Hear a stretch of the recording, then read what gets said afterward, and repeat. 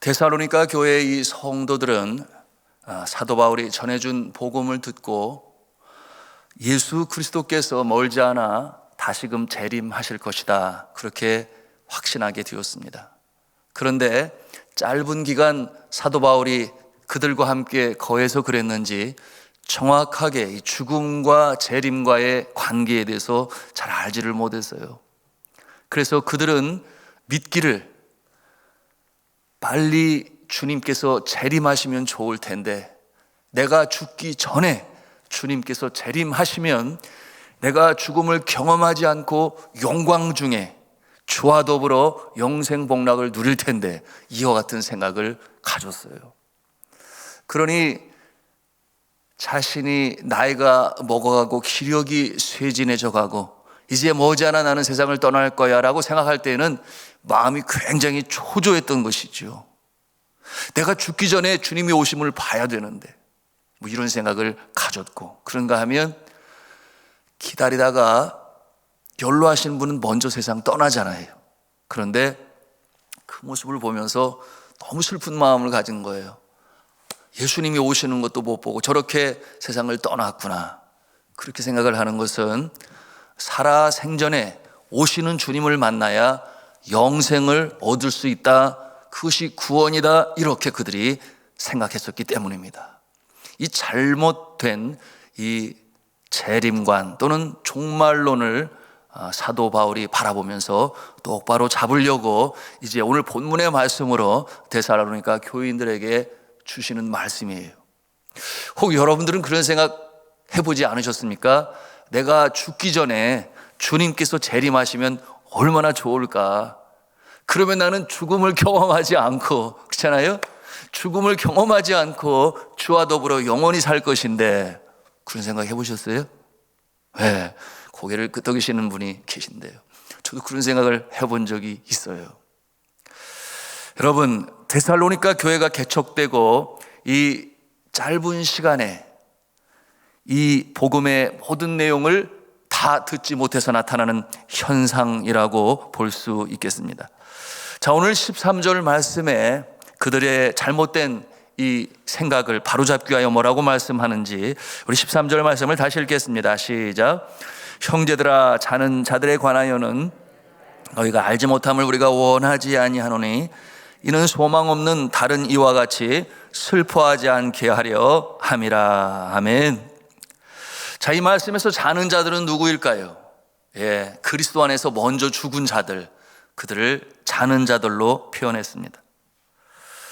그런데 그와 같은 모습을 보면서 믿지 아니하는 사람들이 사람이 죽을 때 슬퍼하는 그 모습처럼 슬퍼하지 말아라, 그렇게 오늘 말씀하시는 거예요.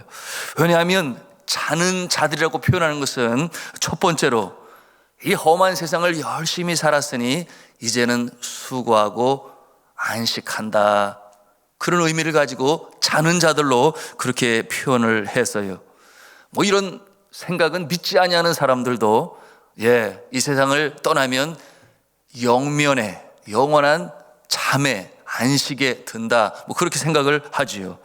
그러나 우리 믿음의 사람들에게는 또 한 가지 중요한 생각이 있으니 그것은 무엇인가 하면 잠을 잔다고 하는 것은 영원히 죽지 아니하고 다시금 깨어나게 될 것이다, 그런 뜻을 가지고 있는 거죠. 잠을 자고 있다라고 하는 것은 죽지 아니한 것이니 다시금 깨어나게 될 것이다 라고 하는 그 내용이 이 잠자는 자들이라고 하는 단어 가운데 내포되어 있는 것입니다. 여러분, 이와 같은 내용으로 이 기독교 문화를 이룬 서양에서는 그 묘비명에 많은 경우 이 자는 표현을 사용했으니, 예를 들어서 그가 여기에 잠들다 그런 표현을 썼어요. 그가 여기에 잠들다. 그 뜻은 어떤 의미를 가지고 있겠습니까? 다시 깨어날 날이 오게 될 것이다, 그와 같은 뜻을 내포하고 있는 것이에요. 무엇이겠습니까? 곧 믿는 자들의 부활을 가르쳐 말하는 것이기 때문에 잠들었다 다시금 깨어나게 될 것이다, 그날은 부활의 날이다, 이런 믿음이 이미 그 가운데 내포되어 있는 것입니다. 그렇다면 언제 깨어나게 될까요? 예수 그리스도께서 재림하실 그날에 다시금 모든 자들이, 그리스도 안에서 잠자는 모든 자들이 깨어나게 될 것입니다. 좀 더 구체적으로 우리가 살펴보기를 원하는데요, 14절 말씀을 함께 읽겠습니다. 시작. 우리가 예수께서 죽으셨다가 다시 살아나심을 믿을진대 이와 같이 예수 안에서 자는 자들도 하나님이 그와 함께 데리고 오시리라. 아멘. 자, 하나님께서 그와 함께 자는 자들도 데리고 오신다, 그렇게 말씀하고 있어요. 여러분, 이 말씀에서 그는 곧 예수 그리스도를 말씀하시는 것이니, 예수 그리스도께서 재림하실 때에 승천하신 그대로 다시금 오신다고 하셨으니, 예수님께서는 구름 타고 재림하신다. 구름 위로 사라졌기 때문에 가신 모습 그대로, 그래서 우리가 그렇게 이해하고 있습니다. 그런데 오실 때 혼자 오시는 것이 아니라 자는 자들로 함께 이 땅에 강림하신다, 그렇게 말씀하시는 거예요. 그들이 누구겠습니까? 이미 예수 그리스도 안에서 죽은 자들을 말하는 것입니다. 죽은 자들의 영혼을 가리켜 말씀하고 있는 것이에요. 여러분, 믿음의 사람들이 죽으면 육신은 흙으로 돌아갑니다. 화장을 하게 되면 재가 되겠지요. 뭐 형체도 없이 사라질지 모르겠습니다. 그런데 이 영혼은 이 죽은 육신과 분리되어 하늘나라 하나님의 품에 바로 들어가 그 품 안에 안겨 안식하게 됩니다. 여러분, 믿지 아니하는 사람들은 뭐라 그러냐면은 죽어서 원한이 있으면 뭐라 그래요? 구천의 그 영이 떠돈다 그래요. 그런 거 우리는 믿지 아니에요. 죽으면 바로 영이 하나님께로 올라가는 것입니다. 그 영들이 하나님 안에 영생 복락을 누리다가 주님께서 재림하실 때 함께 오신다, 그런 뜻으로서의 잠든 자로, 이렇게 오늘 말씀에 표현하고 있는 것입니다. 자, 그런데 믿지 아니하는 자들의 영혼은 또 어떻게 되는 것입니까? 여러분, 우리가 믿고 알고 있는 대로 죽으면 그 영혼이 무저갱이라고 하는, 또는 음부라고 하는 그 지옥에 떨어지게 되는 것이니, 그곳에서 영원히 살지만 그러나 그 고통과 그 뜨거움은 불못이라고 그랬어요. 그와 같은 곳에 떨어지게 되는 것입니다. 여러분, 이 세상을 먼저 떠난 우리 믿음의 조상들, 우리의 선배들의 이 영혼은 이미 하나님의 품에 안겨 하늘나라에서 영생 복락을 누리는 줄로 믿으시길 바랍니다. 믿으시면 아멘 하시기 바랍니다. 그래서 너무나 확실한 것입니다. 요한계시록은 이 그리스도 안에서 죽는 자가 이 세상을 떠나 그 들어가는 하나님의 나라에 대해서 계시로 보아 사도 요한이 기록하고 있으니, 요한계시록 14장 13절에 이렇게 말씀을 해요. 또 내가 들으니 하늘에서 음성이 나서 이르되 기록하라. 지금 이후로 주 안에서 죽는 자들은 복이 있도다 하심에 성령이 이르시되 그러하다 그들이 수고를 그치고 쉬리니 이는 그들이 행한 일이 따름이라 하시더라. 이렇게 요한계시록 14장 13절에 말씀합니다. 주 안에서 죽는 자들은 복이 있도다. 여러분, 믿으시면 아멘 하시기 바랍니다. 주 안에서 죽는 자들은 복이 있도다. 이제는 그 모든 수고를 그치고 안식하게 될 것입니다. 그런데 뭐라고 했어요? 행한 대로 상급이 있다, 그렇게 또한 말씀하고 있어요. 이 땅에 살아가는 동안 어떻게 주님을 섬겼는지 그 모습대로 위로부터 주시는 상급이 있을 것이다 하는 내용으로 말씀했습니다. 자, 그리고 오늘 본문 4장 15절 말씀 우리 함께 보기를 원하는데요, 같이 읽겠습니다. 시작. 우리가 주의 말씀으로 너에게 이것을 말하노니 주께서 강림하실 때까지 우리 살아남아 있는 자도 자는 자보다 결코 앞서지 못하리라. 아멘. 주님께서 다시 강림하실 그때에 주의 강림을 맞이하는 자들이, 그때까지 살아있는 자들이 먼저 이 세상을 떠난 자들보다 앞서지 못할 것이다, 이와 같은 내용으로 말씀하고 있는 것이에요. 그러니 살아서 주를 맞이한다고 해서 더 크고 놀랍고 영광스러운가? 그런 것은 아니다. 먼저 주 안에서 수고를 하고, 그렇죠, 주님께서 사명 감당 잘하여 부르실 때에 하나님 앞에 올라간 자들은 어떤 모습이겠어요? 선한 싸움을 다 싸우고 달려갈 길을 다 마치고 믿음을 지켰으니 하늘에서 상급이 기다리고 있는데, 그런데 이 땅에 살아가는 자들 중에 여전히 살아있으니, 예를 들어서 이제 20대 초반이라고 생각을 해보세요. 언제 사명 감당할 시간이 있었고 주님 앞에 충성할 시간이 있었겠습니까? 뭐 그와 같은 모습을 생각해 본다 할지라도 사명 다 감당하고 주님의 부르심을 받은 자들보다 살아있는 자가 더 앞서지 못할 것이다. 이와 같은 내용으로 말씀을 주시는 것입니다. 자, 또한 말씀하시기를, 이 말씀을 주시는 것은 주의 재림을 기다리는 데살로니가 교인들이 이 예수님 재림 전에 먼저 죽는 자들을 보면서 행여나 애통해하거나 슬퍼하지 말아라. 이와 같은 내용으로 또한 사도 바울은 권면을 하는 것입니다. 이어 16절 말씀을 함께 또 읽도록 하겠습니다. 시작. 주께서 호령과 천사장의 소리와 하나님의 나팔 소리로 친히 하늘로부터 강림하시리니 그리스도 안에서 죽은 자들이 먼저 일어나고. 아멘. 여러분, 주님께서 오실 때에 이러한 일이 일어날 것입니다. 죽은 자들이 먼저 일어나고, 주님께서 강림해 오실 때 죽은 자들이 먼저 일어나고, 이 모습에 이미 땅에 묻힌 자들, 그런가 하면은 화장을 해서 재가 된 자들, 어쩌면 흔적도 없이 참 찾기가 어려운 모습이라 할지라도 생명의 본체는 무엇이겠습니까? 영혼 아니겠어요? 자, 하나님께서 이 땅에 영혼과 더불어 육신으로 주셨으니 그 원래의 모습으로 다시금 하나님께서 일으켜 세우셔서 하늘로 부르신다. 오늘 이렇게 말씀하고 있는 것입니다. 하나님께서 만드신 본체의 모습으로 부활한다, 그런 말씀이죠. 그런데 이 부활할 때 잘 생각해 보십시오. 이 땅에 하나님께서 주신 본체, 형상의 모습으로 부활하지만, 그러나 그 부활할 때에 위로부터 예수님이 오실 때 함께 자는 자들이 내려온다 그랬는데, 그 영혼들과 이 육체와 하나가 되어 연합을 이루는 것이니, 여러분, 그 모습을 부활체다, 그렇게 말을 하죠. 부활이 되는 것입니다. 부활체가 되는 것입니다.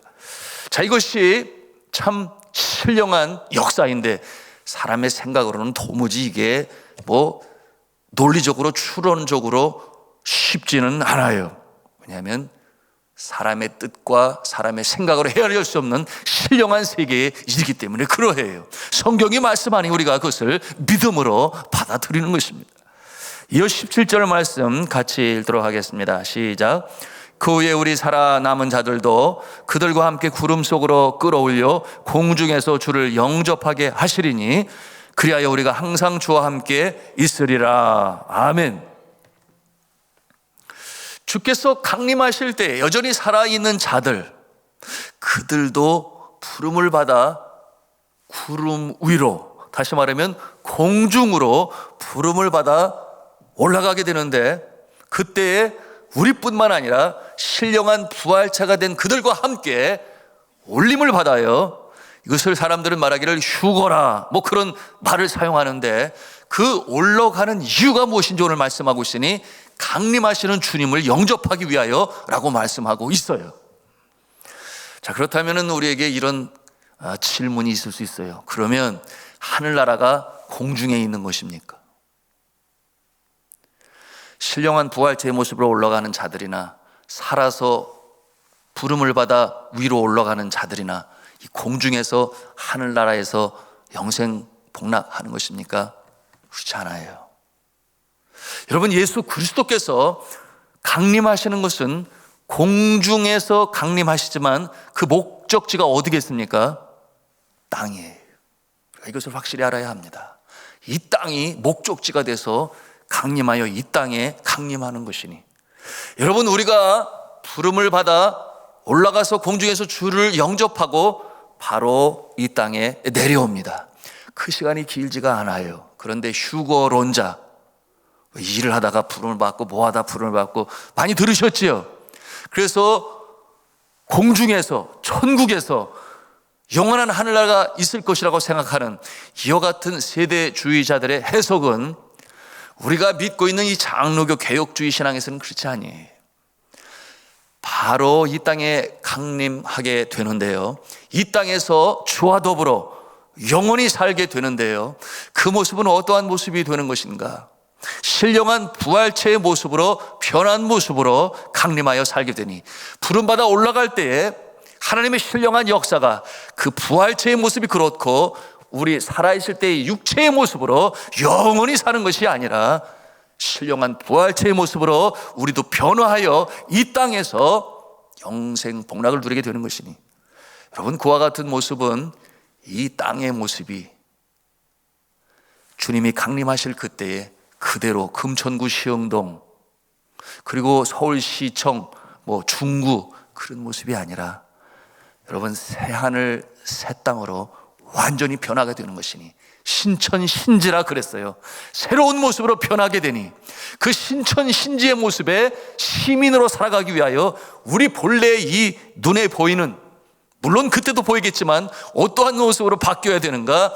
그 신천신지에 어울리는 모습으로 변화할 것이니 호련히 변화하게 되는데, 그 모습은 부활하신 예수님의 모습처럼 될 것이다 생각하시면 틀림이 없어요.